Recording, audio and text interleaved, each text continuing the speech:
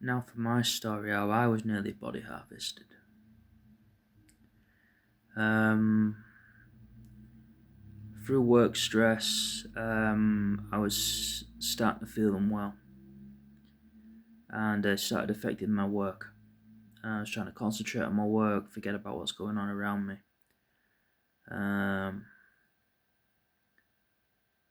And a paranoia around my parents and things. They ended up being serial killers anyway, but they were known by McDonald's as well. Mum gave the okay for me to be body harvested. I was worth a great deal of money, left over by uh, tax credits my granddad earned. My family was worth a great deal of money, the O'Hallorans, but later I learned that they were all criminals as well. Um, so, started to feel unwell around 2009, and I went to the doctor, and they ripped me a script that said I smelled on it. I had to take time off work. He signed me a sick note for a week, 7 days, and I can't remember the doctor. I never saw him again after that. I'd refused to see him, but he was ignorant. So I started to feel unwell, and this progressed. I thought things would get better. This is the story of the schizophrenia and how it developed. So I was working a lot of hours, and around my parents and stuff, I grew paranoid. Hearing voices, delusions, unmedicated, so it was worse. So in 2009, I don't know what year I was born because I found out that my birth certificate was actually doctored by my auntie Karen. If she was who she said she was, she's probably not related to me at all. She was what do you call it, a midwife, and she was a document scammer. She created a fake birth certificate for me, so said I was born in '88, but from what I've heard, I was born in '93. They tried to kill me as a child. My dad caved my head in.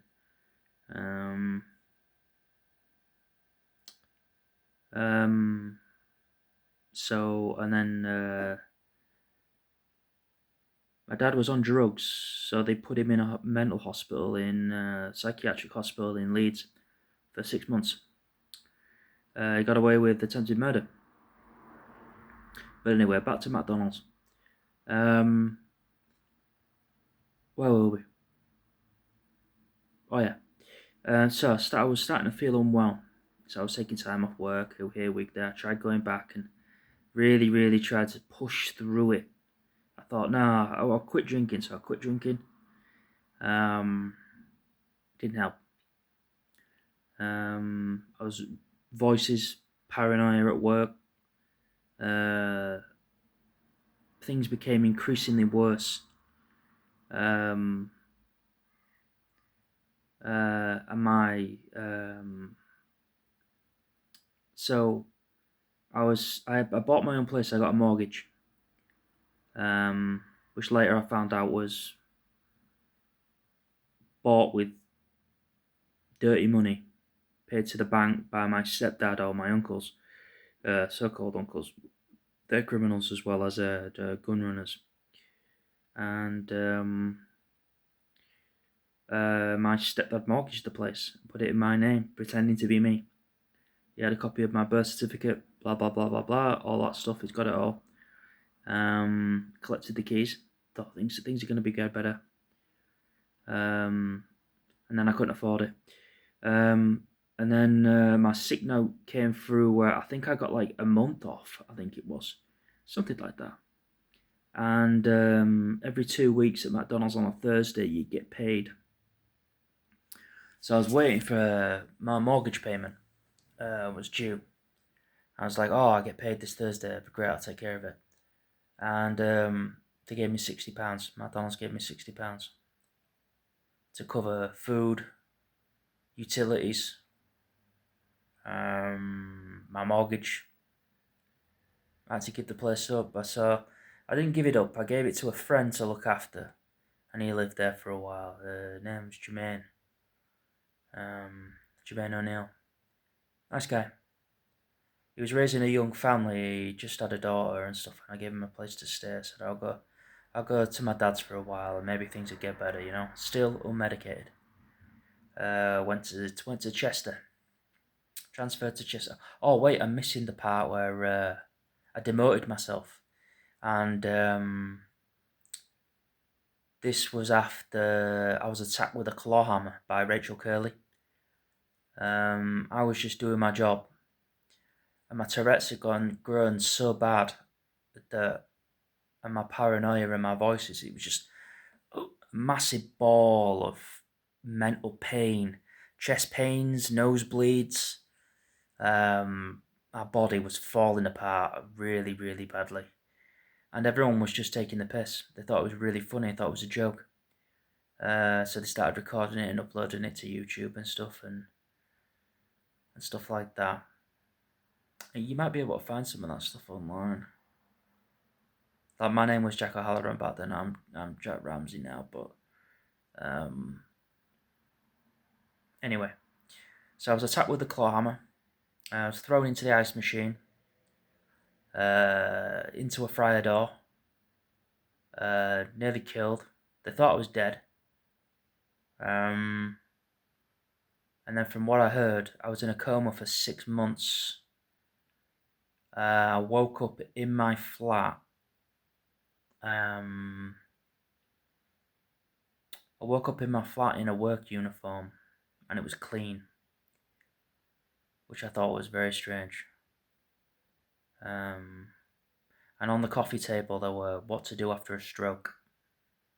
So trying to convince me that I had a stroke and I wasn't knocked unconscious with a claw hammer by Rachel Curley. So they tried to kill me and body harvest me after my mum gave the okay to do it, after my granddad died. And they could get a rebate on the working tax credits. McDonald's wanted it. So that's how they make their money. They claim the tax back off the employee's national insurance number and sell their bodies, harvest them as well, and they get a lot of money for it. They're very successful at it.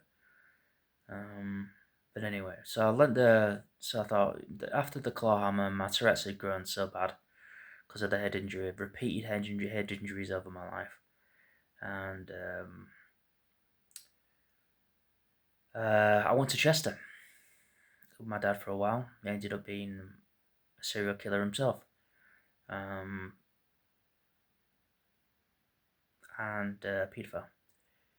My biological father. Well, from what I believed, it was my biological father. Yeah, like I said, these people were liars. So I went to Chester. Wasn't too bad there. First few weeks were great. I thought, oh yeah, I'm gonna get away from it. Oh, I felt relief. And then problems started again. The voices, the paranoia. Like I said, I didn't know I had Tourette's at the time. Made friends. Didn't hang around with anyone because of my paranoia. I thought things are going to follow me, and they did. They did. I became unwell again. And I thought, forget this, something's wrong. My dad told me, I told my dad, I said, I think I have schizophrenia. From personal experience, my dad had a friend who had schizophrenia, and he had very similar symptoms. And I said, that sounds kind of like what I'm going through. I was sober. I was still going through this. So I was sober for about 2.5 years at the time. And he said, you need to go to a doctor. So I went back to Selby. Unemployed. wrote a letter to the store that I was at and just said I need I uh, I I'm leaving effective immediately, and I never saw them again. But um, where were we? Yeah, so I went back to Selby. So I said, Jermaine, sorry, I know you got a family and stuff, but I need to hand the keys in for the flat because I can't afford to maintain it or keep it. Not knowing that the mortgage was, I didn't set up the mortgage. My stepdad did. So he's locked into a mortgage with that place right now, and I refuse to help. I'm not taking the keys off him. He can work for the rest of his life. He can pay that mortgage. I ain't paying it. I don't want to sell it. I don't want anything to do with it. I went to Citizens Advice to get rid of the place after I registered as a voter. Where was it now? 85 Sycamore Road in Balby, Selby, Y08 something or other. So the flat was at 44 Clogmill Gardens, and in Selby, and where were we? So I told them I cleared the flat. I got rid of all the furniture and stuff, took it to the tip, and stayed at my mum's. And then I wasn't registered to vote there, so it's tax evasion on Paul's part. I was unfit to handle anything. So I was under the care of the NHS, and in 2013 I got diagnosed with schizophrenia. No word on the Tourette's yet, that comes later. And years go by, and I gained the confidence to live on my own again. Stepdad, always difficult. He was a murderer. He was a serial killer and a rapist. He raped me repeatedly through my childhood, drugging me and raping me. And then uncles did it. Then there was Uncle Phil. This was younger in my life, with Karen's first husband, I believe. And I'd go stay with them, and all his friends were paedophiles, and he didn't work. He killed his first wife, and my granddad knew about it. Yeah, and he kept her house and all her belongings and stuff, and this house was worth like £1.5 million. It's like a bungalow in the south of South Wales. Nice place. It was right by the beach. Beautiful, beautiful, beautiful beach. Right on the coast. And where were we? Yeah, so picked up the courage to live on my own again. Oh, I moved in with a friend after my mum's, Aaron Carpenter. Moved in with him for a while. Still feeling unwell, but I was medicated after. Yeah, that's one thing. So I started medication in 2011. Around 2011, 2012. So I started taking medications, and I've been through so many different medications. So many different medications, but olanzapine is the one I've gone through. Risperidone and aripiprazole and clozapine and injectables, pills, dissolvables, all sorts of stuff.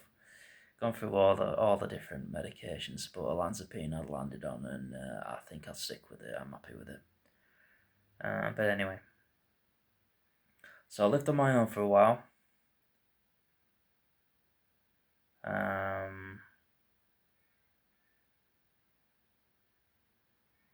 Yeah. Things gradually got worse. Police kept trying to arrest me. Like I said, after McDonald's, there was an active arrest warrant which was never executed. They just kept it there just to stop me from getting any compensation from McDonald's. And it took me years to accumulate all this information from little bits here and there, what people would say and mumble, and things you'd overhear and stuff, and it's kind of like you piece it all together. Now it all makes sense. So we'll jump forward a little bit because things get dark. Suicide attempts and stuff, but we'll go to the part where I was at so after 84 Sycamore I went to 5 Millgate, and I've always been paranoid about my neighbours, hearing voices from the floors above, and this is a voice I call Simon, so this makes sense. So you know who Simon is. And it happens again and again and again wherever I went. My dad's, my mum's, the places I've lived in. These voices would persist. Nothing to break it. Any of the antipsychotics, and now I've grown comfortable with it. I can't say they'll never go away. They'll never go away. But you can just make yourself comfortable and relax with it, because you never truly get rid of them in the first place. You know, it's like medication helps, but it's no cure. It's still, schizophrenia is a debilitating illness. I mean, it gets worse as you get older. But I'm comfortable with it now. That's my problems, right? I know people sympathise and everything, but I take my medication. I make sure I get some sleep, and I do a bit of work and pay my taxes like a good person. But anyway, so 5 Millgate. Simon persists. I have no drive, no aspirations in life, suicide attempts. I have enough. I go to my mum's. I stay there for about, I don't know, 8 or 9 months. Yeah, I'd say so. And I was never registered to vote. The flat that I was in, 5 Millgate, was a masonette, and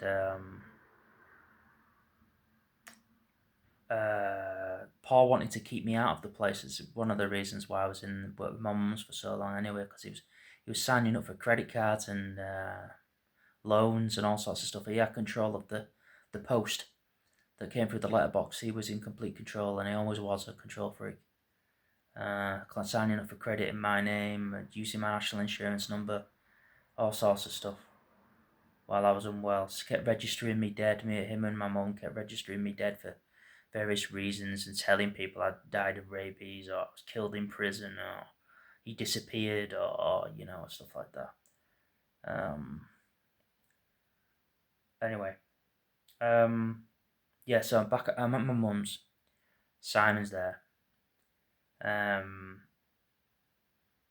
it persists. It gets out of control, and the voices get so bad that and my addiction to alcohol had progressed so much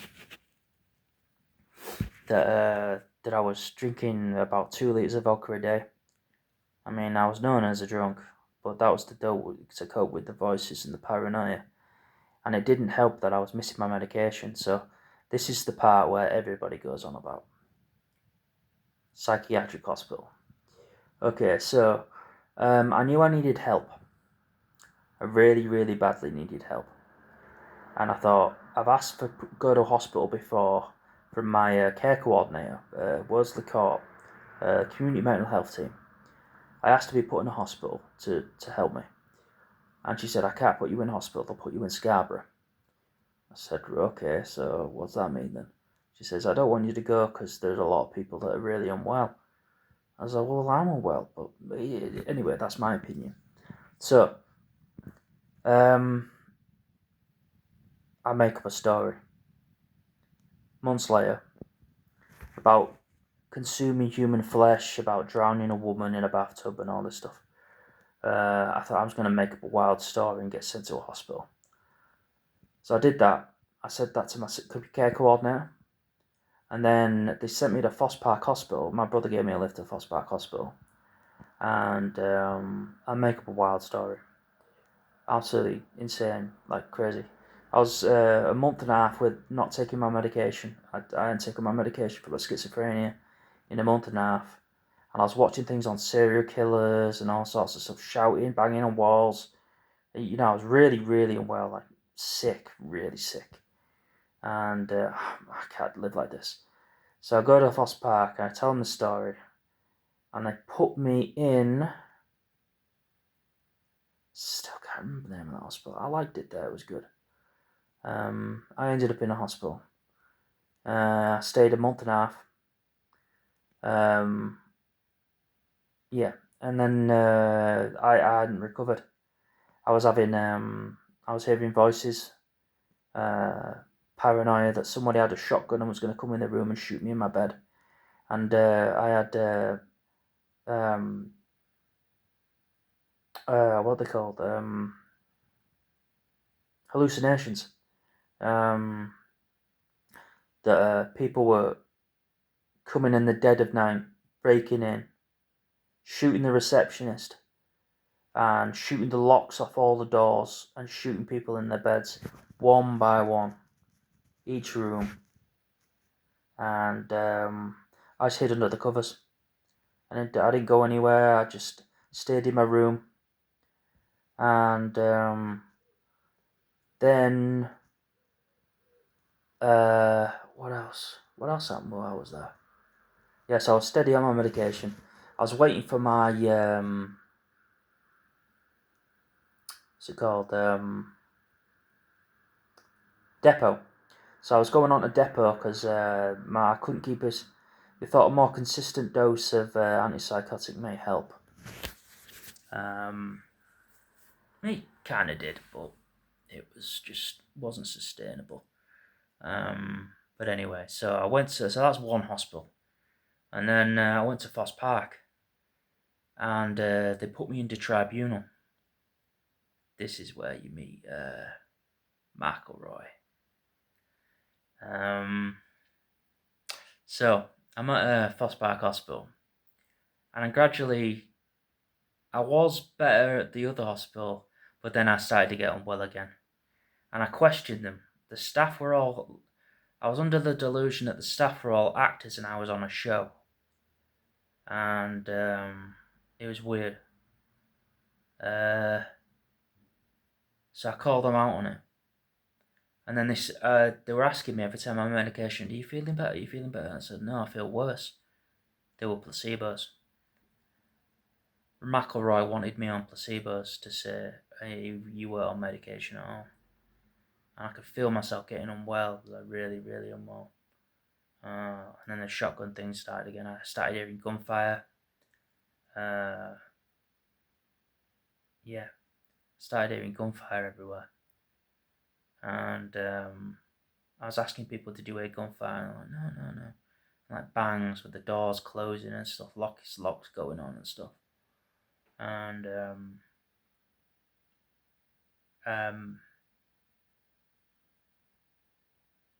yeah, so it went to tribunal, and I was so sick. Um, yeah, I was really unwell, and then they gave me the injection.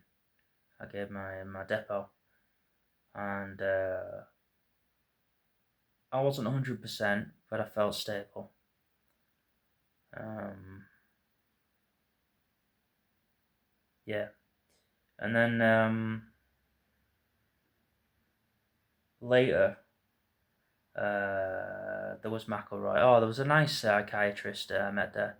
Oh, tried to start a relationship with a woman, uh, uh, a nurse there.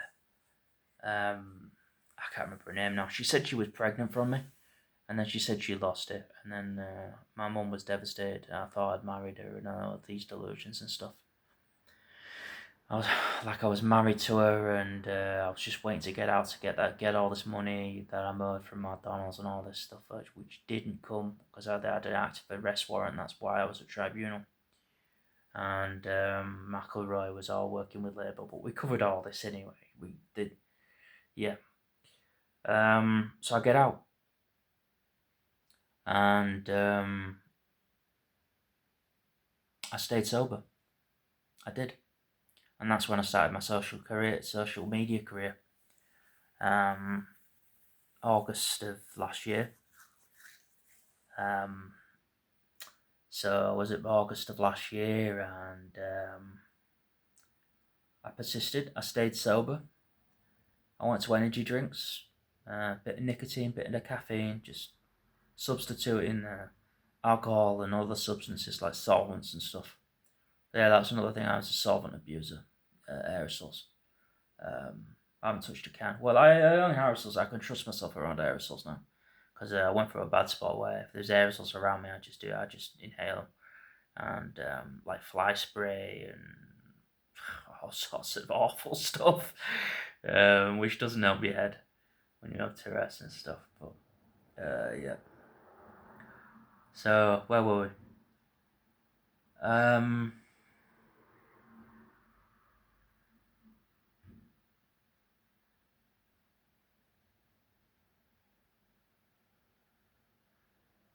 now my memory's gone blank. So I was inhaling solvents. Oh, I was staying sober. I haven't touched a drink or a solvent or any drugs in over 12 months now. I'm feeling a lot better. And then I rang social care for assistance before I went into hospital. So this is where I had a social worker named. Well, I still have a social worker called Tom. Good guy. I didn't like him at first. But that was the confusion between me and Paul, where Paul was pretending to be me and actually he's a paedophile, a rapist, and murderer. And Paul was pretending to be me and pointing his finger at me and saying, that's Paul. So people thought I was Paul pretending to be Jack. So that's a whole other thing, identity, fraud, and all this stuff. National insurance number, fake documents, all this stuff. So where were we? So I met Tom. And then things started to happen. Things started to happen. So I got into social care. So I went to my mum's, like I was saying earlier. So I went to my mum's and I was there about, and then I went to hospital.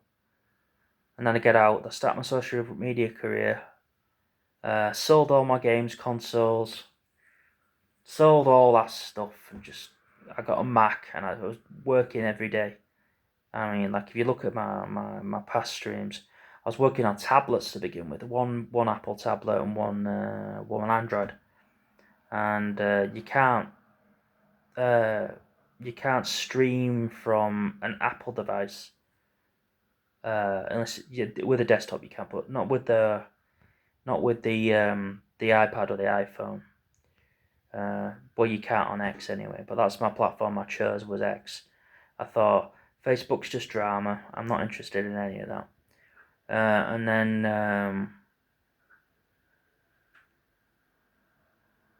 I just went through and I added everybody, all the friends, everybody I possibly could to get my content out there. Started recording shorts, every platform, and I finally got 1,000 followers, I think it was, and then I could stream. I could get my blue check mark. So I got my blue check mark. Got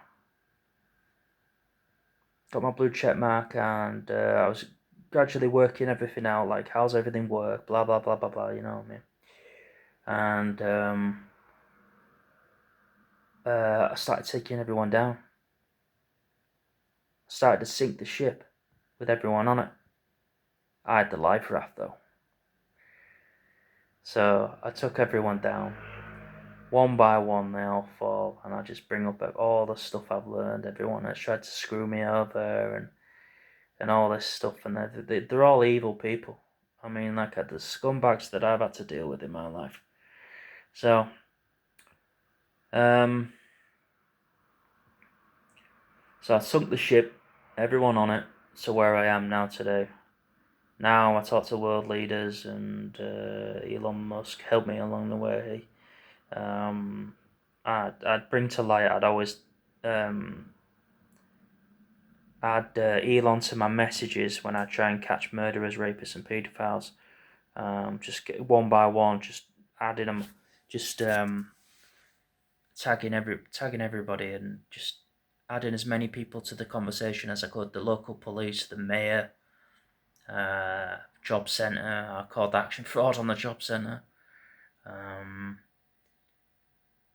police reports, filled in police reports about my neighbours using my Wi-Fi, and the town was using my gigabit internet as public Wi-Fi and all this stuff. That's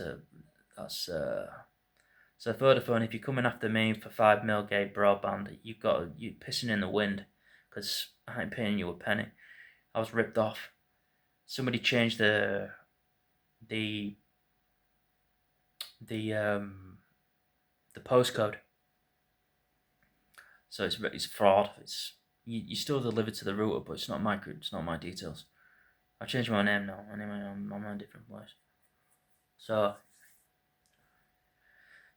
where are we? So where are we now? So I take everyone down, sink the ship. All the family's gone. Now the whole town of Selby is just a black hole. It's just murders, rapists, and paedophiles, credit card fraudsters, dull dossers, just everything. It's just over and over and over. Just taking them all down one by one, everything done. So now I move here. Things are a lot better. I'm married. I own a business. I'm a successful streamer. I'm friends with world leaders, tech companies, CEOs, sports stars, movie stars, music stars. They all watch me and do my content and stuff, and I appreciate that. But I haven't been paid a penny for it, so Elon owes me the money. And he's holding off on it until that arrest warrant went away, and now it's gone. Now I'll wait. I'll get paid. Me and Chloe can run a business together. Successful business. Buy broad acres. Build houses for support the people that are unwell in this nation. Under protection. Yeah. So the big guards. It'll be a gated community, so you won't be able to get in. No alcohol or drugs. There'll be a local supermarket, which will we won't sell alcohol or any substances that you could because these people will be unwell and they'll be constantly blood tested and stuff in these houses and stuff. So I'm gonna build a 5 bed bungalow, all modern fittings. Elon's going to fit some Tesla chargers on every house, so the electric vehicles is future proof. So the driveways are electric vehicle charging. This is where I'll bring my friends in. Friends that I've gained along the way. The NHS, the social services, Broadacres, the friends like Elon Musk, a good friend of mine. The people that protected me, just give them thanks and just say, I'm a good person, and I'm not taking money from people just to start a drug empire or something. Nothing like that. I want to help people. I want to do good in this world. That's my plan. So I'm going to work with the NHS and Broadacres, and we're going to build community houses with healthcare at the main focus. There'll be a local pharmacy, a local clinic. People have their doctor's appointments, home visits, home care, your own nurses, cleaners, security. No one can mess with you in there. And there'll be people with Tourette's and physical, mental disabilities, and we won't be taking applicants from Selby to cut all ties with it. And yeah, and that'll be in York. That'll be within the city of York. I was going to move to Fulford, but I changed my mind. Right, so that's the story, really. I ended up here in Malton, and things are a lot better. I ditched my family, let sink the ship, like I said. Took everyone down, reported everything, did it all publicly shamed them like they did me.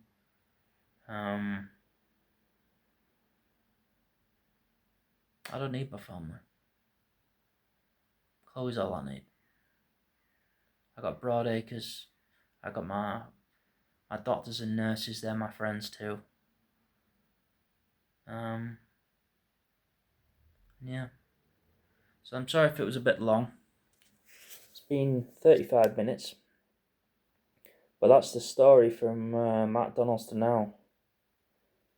I mean, little things like I missed, like substance abuse during high school, and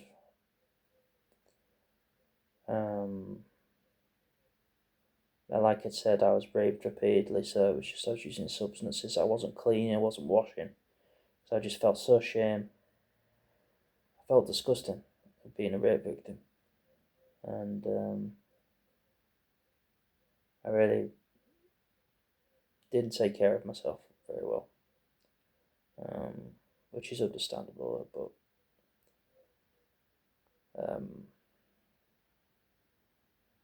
yeah. So that's the story. Take it what you will. Don't judge me. I'm a different man now than I was 2 years ago. I was an alcoholic. Sitting in my own clothes, just soaked in sweat from withdrawing from alcohol and doing solvents and all sorts of stuff, and my head was a mess. I was trying to take medication. The doctors were trying to help me, but I wasn't helping myself. Until I went to hospital. I created a story. It was a lie to get me in hospital, and I changed. I did what I said. I went to hospital. It wasn't a waste, it wasn't a lie to that extent, because I actually did change. I actually did change my life for the better. And I sunk the ship with them all on it. And I took the life raft out of there. And now I'm in a whole new place, different environment, new career. Everything's set, ready to go.